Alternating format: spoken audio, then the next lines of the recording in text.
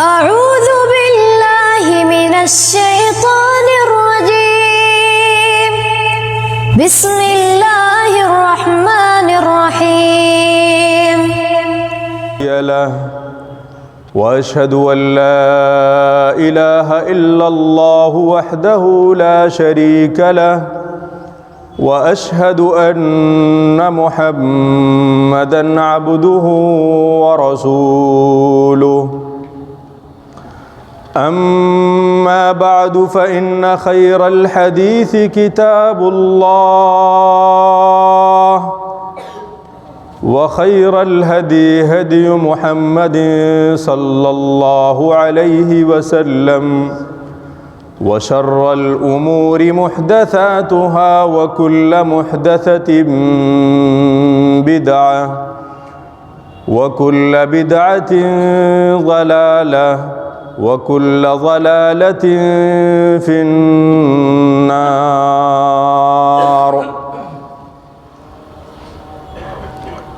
فأعوذ بالله السميع العليم من الشيطان الرجيم. بسم الله الرحمن الرحيم.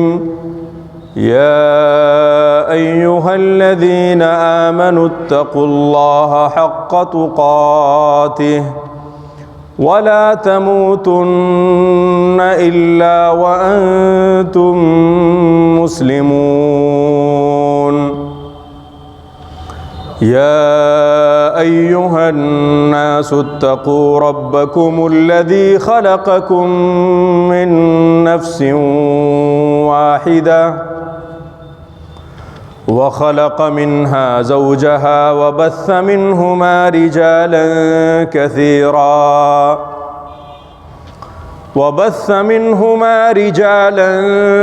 كثيرا ونساء. واتقوا الله الذي تساءلون به والأرحام إن الله كان عليكم رقيبا. يا أيها الذين آمنوا اتقوا الله وقولوا قولا سديدا يصلح لكم أعمالكم ويغفر لكم ذنوبكم ومن يطع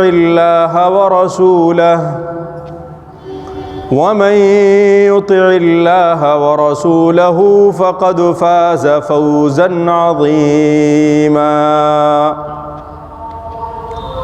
رب زدني علما رب اشرح لي صدري ويسر لي أمري واحلل عقدة من لساني يفقهوا قولي. تمام قسم کی بڑائی، کبریائی، حمد و ثنا صرف اللہ رب العزت والجلال کے لیے ہے، اور بیش بہا درود و سلام نبی آخر الزماں جناب محمد ابن عبداللہ صلی اللہ علیہ وسلم کے ذات گرامی پر، جنہیں اللہ رب العزت والجلال نے رحمت للعالمین، بشیر و نذیر اور ہادی و مرشد بنا کر مبعوث فرمایا ہے۔ نہایت ہی قابل قدر بزرگان محترم، نوجوان ساتھیوں اور دینی ملی ماؤں اور بہنوں،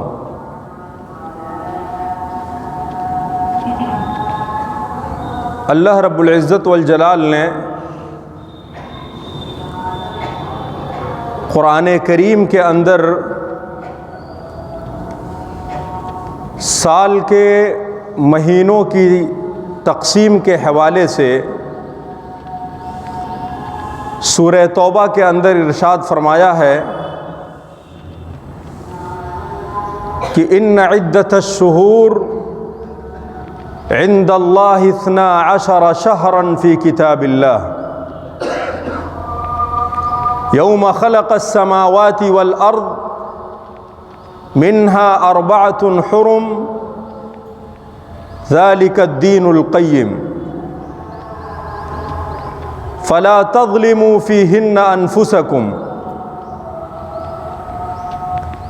اس آیت کریمہ کے اندر اللہ رب العزت والجلال نے ارشاد فرمایا کہ یقیناً اللہ تعالیٰ کے نزدیک لوح محفوظ میں سال کے 12 مہینے ہیں۔ یوم خلق السماوات والارض، اور یہ سال کے 12 مہینے کب سے ہیں؟ اللہ ارشاد فرماتا ہے کہ اس وقت سے ہیں جب سے اللہ تعالیٰ نے آسمانوں اور زمین کو پیدا فرمایا۔ منہا اربعۃ حرم،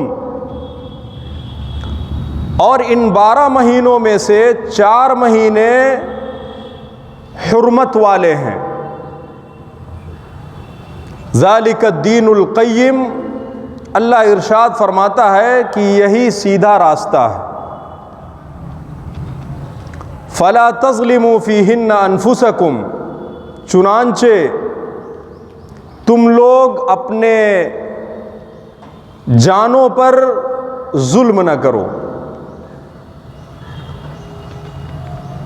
اللہ تعالیٰ نے اس آیت کریمہ کے اندر بطور خاص حرمت والے مہینوں کا تذکرہ فرمایا ہے، اور آج کے خطبے کا موضوع یہی ہے۔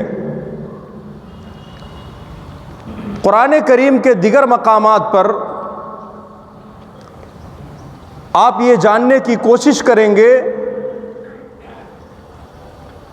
کہ منہا اربعۃ حرم، اللہ تعالیٰ کا یہ فرمان کہ ان 12 مہینوں میں سے 4 مہینے حرمت والے ہیں، یہ کون سے ہیں؟ قرآن کریم نے اس کے تعلق سے تفصیلی رہنمائی نہیں فرمائی ہے، بلکہ پیارے نبی جناب محمد الرسول اللہ صلی اللہ علیہ وسلم نے اس کی تفسیر اور توضیح بیان فرمائی ہے۔ اسی لیے ہمارا ایمان اور عقیدہ ہے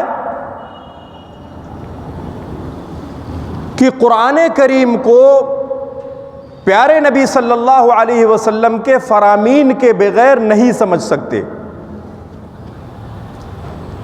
قرآن کریم کو سمجھنے کے لیے ضروری ہے کہ قرآن کریم کو جس عظیم شخصیت پر اللہ تعالیٰ نے نازل فرمایا ہے اس کے فرامین کو پڑھیں، جانیں۔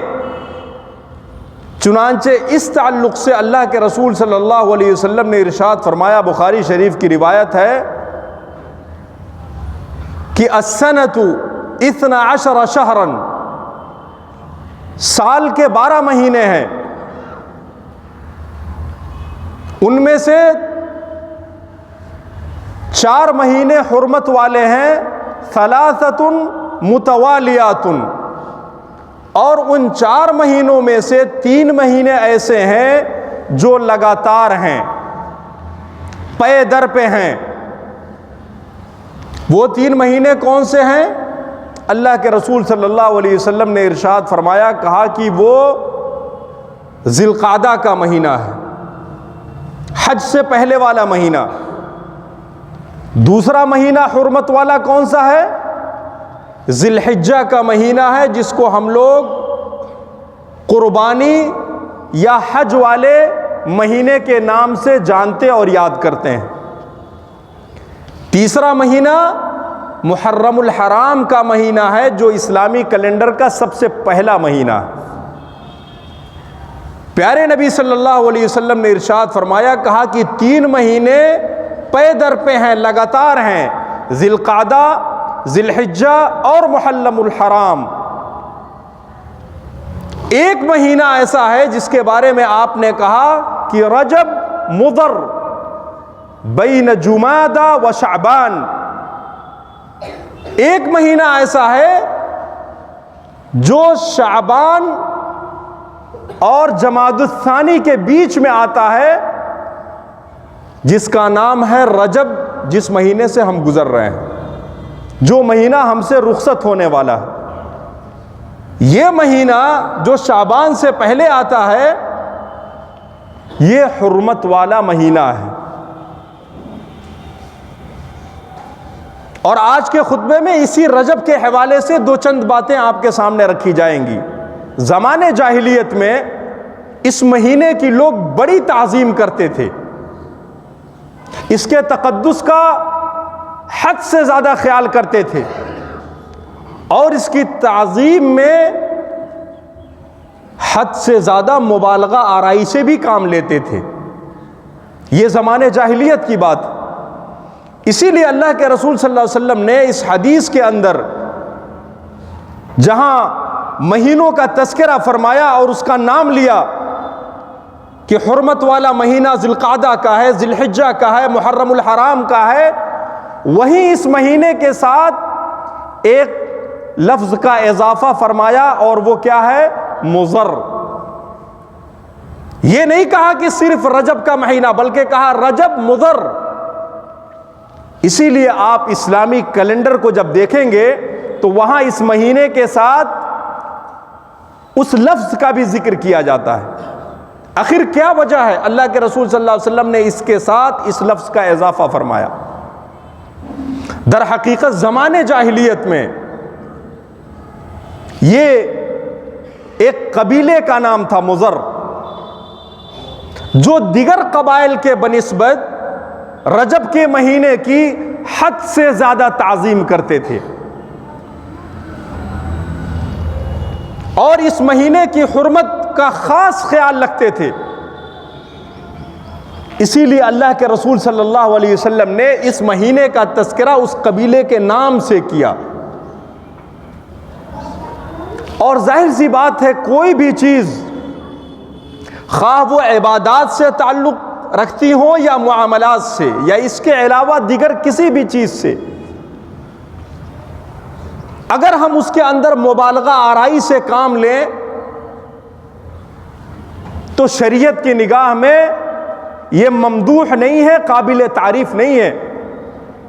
عبادت ہی کیوں نہ ہو، روزہ ہے، نماز ہے، حج ہے، زکوٰۃ ہے، یہ بنیادی چیزیں ہیں، یہ پلرز آف اسلام ہیں، اس پر ہمارے ایمان کی عمارت قائم ہے، اس کے بغیر کوئی مسلمان نہیں ہو سکتا ہے۔ لیکن ان کے ادائیگی کے اندر بھی میانہ روی ہونا چاہیے۔ ان عبادتوں کو عملی جامہ پہناتے وقت بھی وسطیت اور اعتدال کا خیال رکھنا چاہیے۔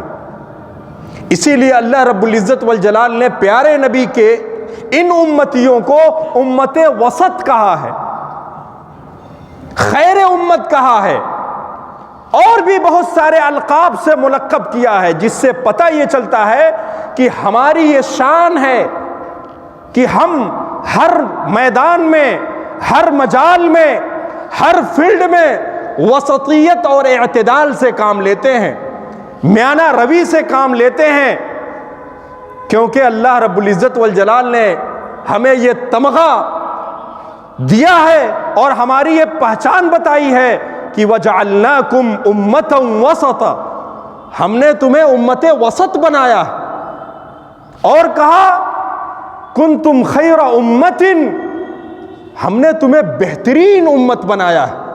اور ہم جانتے ہیں کہ حضرت آدم سے لے کر پیارے نبی جناب محمد الرسول اللہ صلی اللہ علیہ وسلم تک کتنے انبیاء کرام آئے، اور سب کی امتی، اور ان انبیاء میں بھی بہت سارے ایسے انبیاء ہیں جن کو ہم اولو العزم من الرسل کے نام سے جانتے ہیں، جن کا مقام بہت بڑا ہے، جن کا درجہ بہت بڑا ہے۔ خود حضرت آدم، ان کا مقام، ان کا مرتبہ، اور خود اللہ کے رسول صلی اللہ علیہ وسلم جس خاندان سے تعلق رکھتے ہیں، ہمارے جد امجد سیدنا خلیل اللہ ابراہیم علیہ السلام، ان کے مقام مرتبہ کو دیکھیں آپ۔ لیکن ان تمام کے باوجود اللہ رب العزت والجلال نے ہمیں یہ شرف عطا فرمایا، ہماری یہ تکریم فرمائی ہمیں اس کا خیال عبادات میں بھی رکھنا چاہیے، معاملات میں بھی رکھنا چاہیے، معاشرتی زندگی میں بھی رکھنا چاہیے، سماجی زندگی میں بھی رکھنا چاہیے، خاندگی زندگی میں بھی ہونا چاہیے، ہر میدان میں میانہ روی ہونی چاہیے۔ یہ چیز سابقہ قوموں کے ہاں نہیں تھی، اسی لیے اللہ کے رسول صلی اللہ علیہ وسلم کے بارے میں کہا جاتا ہے کہ یہ خاتم النبیین ہیں، یہ آخری نبی ہیں۔ آپ جو شریعت لے کر آئے، جو دین لے کر آئے، جو اسلام لے کر آئے اور جو عقیدہ لے کر آئے، یہ کوئی نیا عقیدہ نہیں تھا، یہ کوئی نیا دین نہیں تھا، یہ کوئی نیا مذہب نہیں تھا، بلکہ یہ وہی تھا جو حضرت آدم سے چلا تھا۔ پیارے نبی صلی اللہ علیہ وسلم کے ذریعے اللہ تعالیٰ نے اس کا تکملہ فرمایا، اس کو مکمل کیا اور کہا کہ اب اس شریعت کے بعد، اس قانون اور اس دین اسلام کے بعد اب اس کے اندر کسی حذف و اضافے کی ضرورت نہیں ہے، یہ آخری دستور، آخری نظام، لہٰذا اس کو اسی طریقے سے عمل برتنا ہے جس طریقے سے اللہ کے رسول صلی اللہ علیہ وسلم نے کر کے دکھایا، صحابہ کرام نے کیا، تابعین نے کیا، اتباع تابعین نے کیا، اور سابقہ قوموں کی جتنی کمیاں تھیں اور جتنی خوبیاں تھیں سب کا تذکرہ اللہ تعالیٰ نے کیا۔ خود قرآن میں مختلف مقامات پر سابقہ قوموں کا، ان کے قصوں کا تذکرہ فرمایا۔ 2 درجن سے زیادہ انبیاء کرام کا تذکرہ قرآن میں بیان فرمایا اور تفصیلی گفتگو کی ان کے حوالے سے۔ اس کا مقصد اور اس کا نچوڑ کیا تھا؟ اس کا نچوڑ یہی تھا کہ یہ امت وسط، یہ خیر امت، یہ امت محمدیہ اپنے آپ کو پیارے نبی کے نقش قدم پر چلائے، اس کے پیر ڈگمگائے نہیں، صراط مستقیم سے منحرف نہ ہو، ہٹے نہیں، یہی مقصد تھا میرے بھائی۔ اور یہی ساری چیزیں سابقہ قوموں کے ہاں نہیں تھیں، ورنہ خوبیاں بہت تھیں ان کے ہاں۔ اسی لیے اللہ رب العزت والجلال نے پیارے نبی صلی اللہ علیہ وسلم کے ذریعے شریعت کو مکمل فرمایا اور یہ تعلیم دی ہمیں کہ ہم پیارے نبی صلی اللہ علیہ وسلم کی اطاعت کریں، خلفائے اربعہ کے نقش قدم پر چلیں، صحابہ کرام کی پیروی کریں۔ یہ قرآن کریم میں مختلف مقامات پر اس کی وضاحت کی گئی۔ زمانے جاہلیت میں کیا تھا کہ عبادات میں بھی غلو، خانہ کعبہ کا طواف لوگ ننگے کرتے تھے، خواہ مرد ہو یا عورت۔ اسی طریقے سے اس رجب کے مہینے کے ساتھ بھی یہ قبیلہ جس کا تذکرہ اللہ کے رسول صلی اللہ علیہ وسلم نے کیا، بطور خاص مبالغہ سے کام لیتے تھے۔ لیکن اللہ کے رسول صلی اللہ علیہ وسلم جب تشریف لائے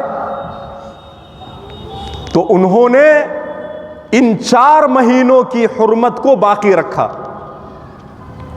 اس کے عظمت کو اللہ تعالیٰ کے حکم سے باقی رکھا، اور اس کے اندر جتنی بھی زیادتیاں ہوتی تھیں عبادات کے نام پر، جس طریقے سے رسم و رواج اس زمانے میں ہوتے تھے، ان سبوں کا خاتمہ کیا۔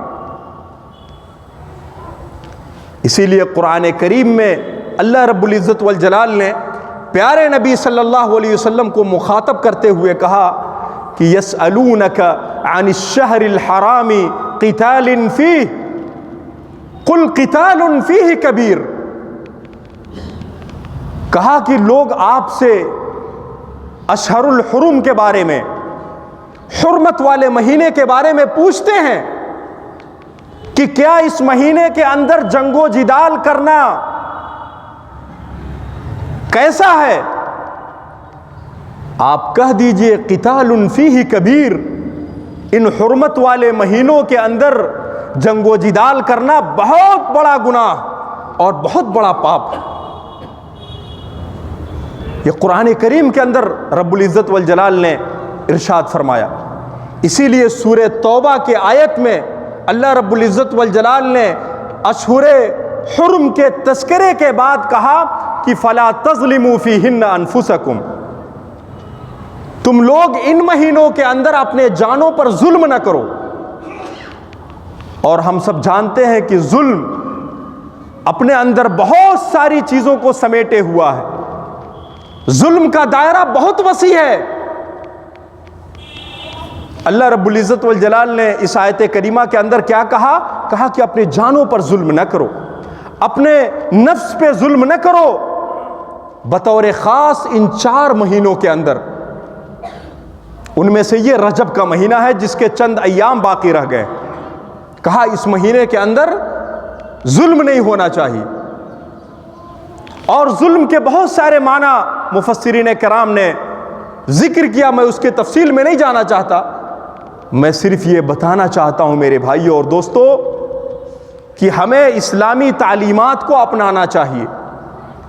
اور رجب کے مہینے میں جس طریقے سے زمانے جاہلیت میں لوگ جہالت سے کام لیتے تھے، رسم و رواج کو ایجاد کر رکھا تھا اور دین کا نام دے رکھا تھا، ہم ان تمام چیزوں کو ترک کر دیں، چھوڑ دیں، اور شریعت اسلامیہ نے قرآن کے ذریعے، پیارے نبی کے فرمان کے ذریعے جو چیزیں ہم تک موصول ہوئی ہیں، پہنچی ہیں، ہم اسی کو دین اور اسی کو شریعت سمجھیں۔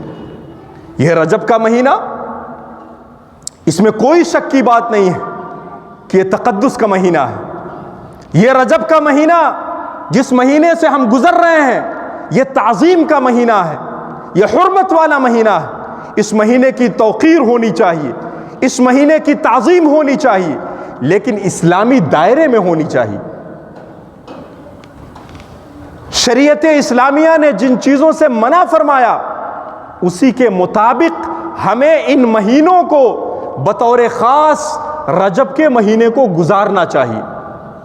زمانے جاہلیت میں حدیث میں آتا ہے، حضرت ابو ہریرہ اس حدیث کے راوی ہیں، کہتے ہیں کہ اللہ کے رسول صلی اللہ علیہ وسلم نے کہا کہ لا فرع ولا عترہ، کہا کہ اسلام میں فرع اور عترہ نام کی کوئی چیز نہیں ہے، یہ تو لوگوں نے بنایا ہے، اور عترہ کا تعلق اسی رجب کے مہینے سے ہے۔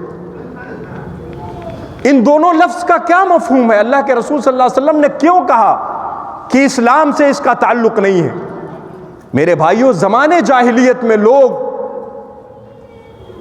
بتوں کے نام پر، بکری ہو یا اونٹ ہو، اس کے پہلے بچے کو، جب یہ بکری یا اونٹ بچہ جنتی تو پہلے بچے کو بتوں کے نام پر وہ لوگ ذبح کرتے تھے۔ اللہ کے رسول صلی اللہ علیہ وسلم نے اس سے منع فرمایا، کہا اسلام میں فرع نہیں ہے۔ اور عترہ کے بارے میں کہا کہ اس کا بھی اسلام سے کوئی تعلق نہیں۔ ہوتا کیا تھا کہ رجب کے مہینے میں، اس مہینے کے اندر بطور خاص جانوروں کو بتوں کے نام پر ذبح کرتے تھے۔ اللہ کے رسول صلی اللہ علیہ وسلم نے منع فرمایا۔ اور ہم سب جانتے ہیں کہ پیارے نبی صلی اللہ علیہ وسلم اور ان کے علاوہ جتنے انبیاء اس دنیا میں آئے، سب کا مقصد لوگوں کو شرک سے بچانا اور توحید کی طرف بلانا، یہ بنیادی دعوت تھی۔ اور یہ بنیادی دعوت حضرت آدم سے لے کے پیارے نبی صلی اللہ علیہ وسلم تک بعینی ہی ویسے ہی تھی، اس کے اندر کوئی کمی اور زیادتی نہیں تھی۔ جو دعوت، جو پیغام حضرت آدم لے کر آئے تھے، پیارے نبی صلی اللہ علیہ وسلم نے بھی اسی توحید کی دعوت دی، اسی شرک سے لوگوں کو بچایا۔ تمام انبیاء کرام کا یہی مقصد تھا۔ لیکن رجب کے مہینے میں، زمانے جاہلیت میں جو کچھ ہوتا تھا، اگر ہمارے پاس وقت نہیں ہے کہ ہم ذخیرہ احادیث کا جائزہ لے سکیں، تاریخ کی کتابوں کو پڑھ سکیں، زمانے جاہلیت کے احوال اور ان کی تاریخ جان سکیں، تو موجودہ دور میں رجب کے مہینے میں یہ ساری چیزیں پائی جاتی ہیں اور مسلمانوں کے ہاں پائی جاتی ہیں۔ بظاہر وہ اللہ اکبر کہہ کے اپنے جانور کو ذبح تو کرتے ہیں رجب کے مہینے میں، لیکن حقیقت میں وہ اللہ کے لیے نہیں، وہ غیر اللہ کے لیے ہوتا۔ ایسے تمام لوگوں کو چاہیے کہ کم سے کم وہ قرآن کی تعلیمات کو اپنی زندگی میں جگہ دیں، قرآن کریم کو پڑھیں، اور قرآن کریم کی جو بنیادی تعلیمات ہیں، جو موٹی موٹی تعلیمات ہیں، کم سے کم اس سے واقفیت حاصل کریں۔ رجب کے مہینے میں آپ دیکھیں، رجب کی پہلی تاریخ سے لے کے یا رجب کے پہلے جمعرات سے لے کے 27ویں رجب تک یا 28ویں رجب تک آپ دیکھیں لوگ کن کن بدعات اور کن کن خرافات اور کن کن رسم و رواج میں الجھے ہوئے ہیں، آپ تصور نہیں کر سکتے ہیں۔ یہ اللہ کا شکر ہے کہ ہمیں ایسا ماحول ملا ہے کہ ہمیں یہ ساری چیزیں دیکھنے کو نہیں ملتی، لیکن آپ یہ تصور نہ کریں، آپ میڈک کی طرح نہ بنیں کہ میڈک جس کنویں میں ہوتا ہے اسی کو پوری کائنات تصور کرتا ہے۔ آپ اپنے بھائیوں کا بھی جائزہ لیں، آپ اللہ کا شکر ادا کریں کہ آپ جس مسجد میں نماز پڑھتے ہیں، جس قبرستان میں آپ کو دفنایا جاتا ہے، اور جس امام کے پیچھے آپ نماز پڑھتے ہیں، اور جس سماج اور معاشرے میں رہتے ہیں، وہ سماج ان گندگیوں سے پاک ہے، وہ ان رجب کے رسومات اور بدعات و خرافات سے پاک ہے۔ آپ اس پر رب کا شکر ادا کریے، لیکن آپ ان مسلمان بھائیوں کو نہ بھولیں جو رجب کے نام پر ایسے رسم و رواج اور ایسی بدعتیں آج بھی قائم کیے ہوئے ہیں، جو اگر اپنے چہرے سے داڑھی اور اپنے سر سے ٹوپی اتار دیں تو آپ یہ فرق کرنا چھوڑ دیں گے کہ یہ مسلمان ہے یا غیر مسلم۔ ایسے رسم و رواج، ایسی بدعتیں جس کو ختم کرنے کے لیے اللہ تعالیٰ نے انبیاء کرام کے اس سلسلے کو شروع کیا۔ آج ایسے مسلمانوں کی کیا ضرورت؟ میرے بھائیوں، کیا شریعت اسلامیہ میں وظائف کی کمی ہے؟ شریعت اسلامیہ میں عبادات کے اقسام کی کمی ہے؟ کیا شریعت اسلامیہ نے رت جگہ کرنے کے لیے عبادتوں کا طریقہ نہیں بتایا ہے؟ ساری چیزیں پیارے نبی صلی اللہ علیہ وسلم نے اپنی زندگی میں کر کے دکھایا ہے، سکھایا ہے، صحابہ کو سکھایا، امت تک پہنچانے کا پیغام، اور اپنی زندگی میں صحابہ کرام سے یہ اقرار کرایا کہ جو امانت اللہ تعالیٰ نے ہمیں دے کر بھیجا تھا، کیا میں نے اس امانت کو تم تک پہنچایا کہ نہ؟ اس دنیا میں آپ نے اقرار کرایا، صحابہ کرام سے تائید حاصل کی میرے بھائیوں، ورنہ اللہ کے رسول صلی اللہ علیہ وسلم کو کیا ضرورت تھی کہ نبوت 23 سالہ زندگی، اور بلکہ نبوت سے پہلے کی زندگی بھی اللہ کے رسول صلی اللہ علیہ وسلم کی وجہ سے ہی صاف ستھری تھی، چمکتی ہوئی زندگی تھی۔ اور نبوت سے پہلے لوگوں نے جتنا آپ کو صادق و امین کہا، سچا کہا، پاکیزہ کہا، نیک کہا، اتنا تو نبوت کے بعد لوگوں نے نہیں کہا۔ نبوت کے بعد تو الزامات لگنے شروع ہو گئے، پتھروں کی بارش ہونی شروع ہو گئی، نہ جانے آپ پر کیسے کیسے ظلم کیے گئے، اور ظلم کی وہ انتہا کہ آپ کو مکہ جیسی جائے پیدائش، جس مکہ سے آپ کو محبت، جو مکہ آپ کے سینوں میں بسی ہوئی، آپ اس مکہ کو روتے ہوئے بلکتے ہوئے چھوڑ گئے۔ لوگوں نے یہاں تک مجبور کیا۔ پیارے نبی صلی اللہ علیہ وسلم کو نبوت کی زندگی اگر نہیں بھاتی ہے تو نہ بھائے، جہالت کی زندگی دیکھیے، نبوت سے پہلے کی زندگی دیکھیے، آپ کس طریقے سے اپنے آپ کو بتوں سے پاک رکھیں، کس طریقے سے شرک کی غلاظتوں سے آپ نے اپنے آپ کو پاک رکھا۔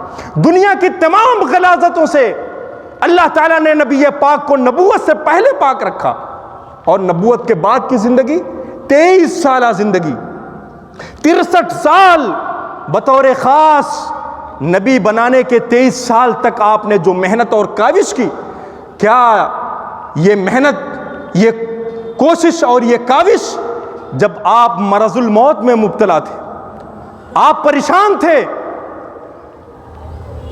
اور آپ کی روح نکل رہی تھی، ایسے جاکنی کے عالم میں آپ جائیں، میں اس تفصیل میں نہیں جانا چاہتا، مائی عائشہ صدیقہ سے پوچھیں اللہ کے رسول صلی اللہ علیہ وسلم کی کیا حالت تھی، کیا کیفیت تھی ایسے نازک اور سنگین حالت میں جہاں اللہ کے رسول صلی اللہ علیہ وسلم پر بار بار غشی طاری ہوتی تھی، آپ بے ہوش ہو جاتے تھے، اور جب ہوش آتا اللہ اکبر تو آپ کے سر مبارک پر پانی ڈالا جاتا۔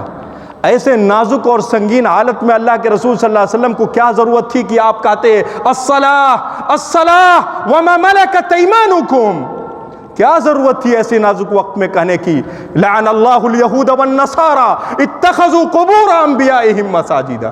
میرے بھائیوں 23 سال زندگی گزارنے کے بعد، محنت کرنے کے بعد، اللہ کے رسول صلی اللہ علیہ وسلم آخری وقت میں، مرض الموت میں، بیماری کے حالت میں، رفیق الاعلیٰ کہنے سے پہلے آپ کیا کہتے ہیں کہ یہود و نصارہ پر لعنت ہو؟ کیوں؟ اس لیے ان لوگوں نے اپنے انبیاء، اپنے پیشوا، اپنے رہنماؤں کے قبروں کو کیا بنایا؟ کیا بنایا؟ عبادت کی جگہ بنائی انہوں نے، ان کو آستانہ بنایا، ان کو میلے اور ٹھیلے کی جگہ بنائی، اور ان سے امیدیں وابستہ کی۔ اللہ کے رسول صلی اللہ علیہ وسلم اتنی کوشش اور اتنی محنت کرنے کے بعد آخری وقت میں آپ کو اسی چیز کی ضرورت تھی۔ میرے بھائیوں یہی اصل دعوت تھی تمام انبیاء کرام علیہ السلام۔ آج مسلمان بھائیوں کا آپ جائزہ لیں، رجب کے مہینے میں جس طریقے سے جانوروں کو قربان اللہ کے نام پر کرتے لیکن غیر اللہ کے آستانوں پر کرتے ہیں، اور قرآن کریم کی یہ تعلیمات ان کے سامنے نہیں ہیں۔ اللہ تعالیٰ واضح انداز میں بیان فرماتا ہے حرمت علیکم المیتہ والدم ولحم الخنزیر وما اہل لغیر اللہ بہ، اور آگے بیان فرماتا ہے والمنخنقۃ والموقوذۃ والمتردیۃ والنطیحۃ وما اکل السبع الا ما ذکیتم وما ذبح علی النصب وان تستقسموا بالازلام ذالکم فسق۔ اللہ تعالیٰ نے اس آیت کریمہ کے اندر تمام چیزوں کو واضح کر کے بیان فرما دیا۔ آپ قرآن پڑھیے، مسلکی کتابوں کو نہ پڑھیں، قرآن کریم کو پڑھیں جو رب کا کلام ہے۔ آپ اس کتاب مقدس کو پڑھیں جس کتاب مقدس کو اللہ تعالیٰ نے اپنے لیے منتخب فرمایا، اور جو سب سے اشرف اور سب سے بہترین کتاب، آپ اس کتاب کو پڑھیں، اس کتاب کی تعلیمات کو اپنے گلے سے لگائیں۔ آپ کے اندر تعصب ہے، آپ کے اندر مبالغہ آرائی ہے، آپ کے اندر مسلکی دیوانگی حد سے زیادہ ہے، تو آپ ان تمام چیزوں کو چھوڑیں، صرف قرآن کریم کو پڑھیں، صرف قرآن کو پڑھیں اور قرآن کو سمجھنے کی کوشش کریں۔ یہ ایک بدقسمتی کی بات ہے کہ ایک زمانے تک ہم پر یہ کہہ کر پابندی عائد کی گئی کہ قرآن کو ہر آدمی نہیں سمجھ سکتا، اور ایک زمانے تک پابندی، اور آج بھی یہ پابندی عائد ہے۔ لیکن اللہ کا شکر ہے کہ منبر و محراب سے جو لوگ پابندی کا اعلان کرتے تھے آج وہ کہنے پر مجبور ہیں کہ قرآن کریم کی تعلیمات ہر خس و عام کے لیے ہے، یہ کسی کے لیے خاص نہیں ہے، یہ علماء طبقہ کے لیے صرف نہیں ہے بلکہ ہر ایک کے لیے یکساں ہیں۔ قرآن پڑھیے، قرآن سمجھنے کی کوشش کریے، صحابہ کے اقوال اور ان کی تفسیر کو پڑھیے۔ میرے بھائیوں اللہ تعالیٰ کیا بیان فرماتا ہے؟ کہتا ہے کہ حرمت علیکم المیتہ، تم پر مردار حرام ہے، ہر قسم کے مردار تم پر حرام ہے۔ میں اس تفسیر میں نہیں جانا چاہتا، صرف اس لفظ پر محدثین کرام نے، مفسرین کرام نے اور فقہائے اعظام نے موٹی موٹی کتابیں لکھی ہیں۔ حرمت علیکم المیتہ، تمام مردار حرام ہیں۔ کیا مچھلی مردار میں شامل نہیں ہے؟ ہر مچھلی آپ زندہ خرید کے لاتے ہیں؟ نہیں، پیارے نبی صلی اللہ علیہ وسلم نے اس کو الگ کیا، وضاحت فرمائی، کہا کہ احلت لنا میتتان ودمان، کہا کہ دو طرح کے خون اور دو طرح کے مردار یہ اس میں شامل نہیں ہیں، اس کے علاوہ دنیا میں جتنے مردار ہیں وہ سب تم پر حرام ہیں۔ وہ کون ہیں مردار جو ہمارے لیے حلال ہے؟ کہا کہ الجراد والحوت، ایک ٹڈی اور ایک مچھلی، ان کو ذبح کرنے کی ضرورت نہیں ہے۔ پیارے نبی صلی اللہ علیہ وسلم نے کہا کہ یہ مردہ تم کھا سکتے ہو، اس کی اجازت ہمارے شریعت نے دی۔ اور ہماری شریعت، ہم سب جانتے ہیں کہ ہر چھوٹی بڑی چیز جس کا ہم تصور بھی نہیں کر سکتے ہیں، پیارے نبی صلی اللہ علیہ وسلم نے اس کی بھی تعلیم دی ہے، وہ بھی سکھایا ہے۔ اتنا پیار، اتنی محبت، ارے پیارے نبی کیا، اللہ رب العزت والجلال نے سورہ نور کے اندر ان مسائل کا تذکرہ کیا ہے، آپ تصور نہیں کر سکتے۔ سورہ نور تو پڑھیے، حضرت عمر نے اپنے زمانے میں اسی لیے کہا تھا کہ خواتین کو سورہ نور یاد کراؤ، ان کی تعلیمات کو ان کے سینے میں رچاؤ بساؤ۔ یہی سورہ نور ہے جو گھر میں داخل ہونے کے آداب بتاتا ہے۔ باپ کا گھر ہی کیوں نہ ہو، باپ کا روم ہی کیوں نہ ہو، بچہ ہی کیوں نہ ہو، بالغ نہیں ہوا، لیکن قرآن نے یہ ہمیں طریقہ سکھایا ہے کہ بغیر اجازت کے والد کے کمرے میں بھی داخل نہیں ہو سکتے۔ یہ اسلام ہے میرے بھائیوں، یہ رحمت ہے۔ اور کیوں رحمت نہ ہو؟ جس کو نازل کرنے والا اس دنیا کا خالق ہے، اس دنیا کا مالک ہے، ہم سب کا رازق ہے تمام چیزوں۔ اس آیت کریمہ کے اندر اللہ تعالیٰ کیا کہتا ہے کہ مردار حرام ہے تم پر، والدم، اور یہ بہتا ہوا خون یہ حرام ہے۔ لیکن پیارے نبی نے کیا کہا؟ کہا کہ دو طرح کے خون ہے جو حلال ہے، جس کو کھا سکتے ہو، ایک ہے کبد اور ایک ہے تحال، کلیجی، اور دوسرا میں بار بار بھول جاتا ہوں اس کو، پتہ نہیں کیا بولتے، گولا سا نکلتا ہے جان، تلی، ہمیشہ بھول جاتا۔ یہ دو چیزیں ہیں، یہ دونوں سراپا خون ہیں، گوشت نہیں ہے، خون۔ قرآن کریم میں اللہ تعالیٰ نے کہا کہ ہر طرح کے خون یہ حرام ہے، لیکن دو طرح کے خون کا تذکرہ فرمایا، کہا کہ یہ جائز ہے۔ وَلَحْمُ الْخِنزِيرِ، اور کہا کہ سور کا گوشت تمہارے لیے حرام ہے، یہ جائز نہیں ہے۔ وَمَا أُحِلَّ لِغَيْرِ اللَّهِ بِهِ، اور جو سنانا مقصد تھا وہ آ گیا، غیر اللہ کے نام پر اگر تم نے مکھی بھی قربان کیا تو یہ بھی حرام اور ناجائز۔ غیر اللہ کے نام پر کوئی چیز قابل قبول نہیں۔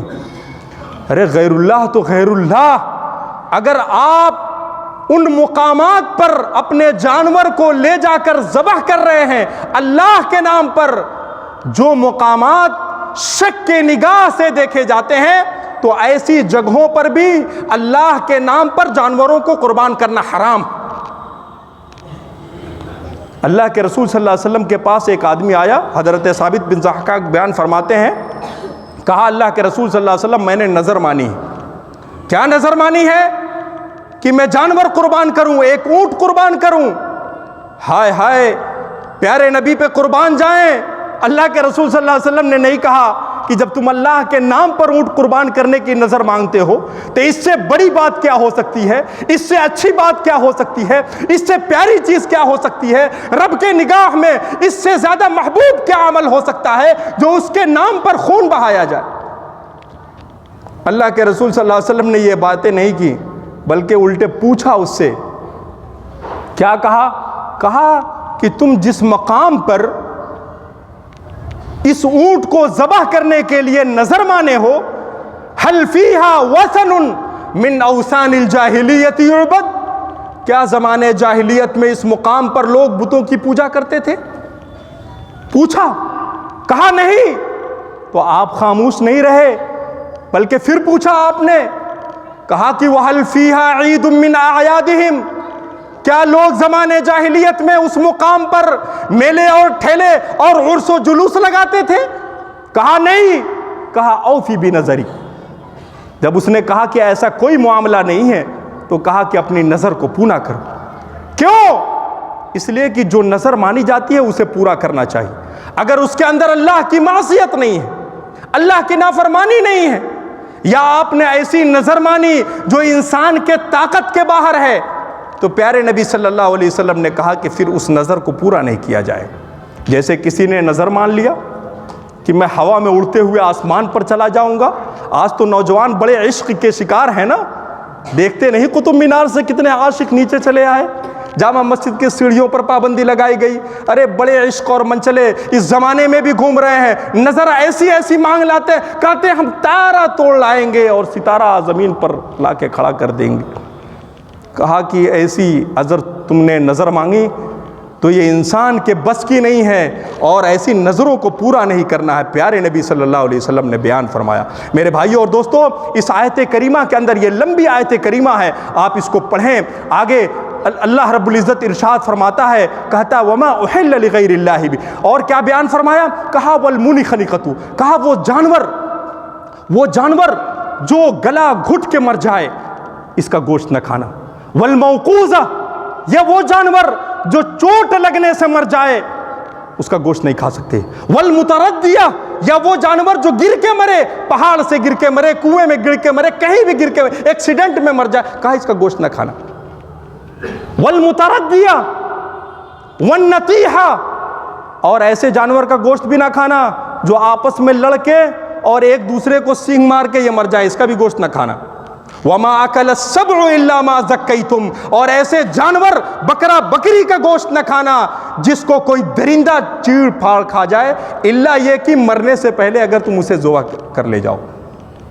میرے بھائیوں اور دوستو, قرآن کریم کی صرف اور صرف اس آیت کریمہ کو اگر آپ پڑھیں گے تو آپ کا عقیدہ صاف ہو جائے گا, آپ کا ایمان پاک ہو جائے گا, آپ کے اسلام کے اندر استحکام پیدا ہو جائے گا. اور جس مقصد کے لیے اللہ تعالیٰ نے حضرت آدم سے لے کر پیارے نبی صلی اللہ علیہ وسلم تک ہزاروں انبیاء کرام کو اس دنیا میں بھیجا, وہ مقصد پورا ہو جائے گا. لہٰذا ضرورت اس بات کی ہے کہ عبادت سے پہلے آپ اپنے عقیدے کو درست کریے, اور رب العزت والجلال سے دعا کریے کہ رب العالمین ہمیں صحیح اسلامی عقیدہ کے دولت سے مالا مال فرما دے.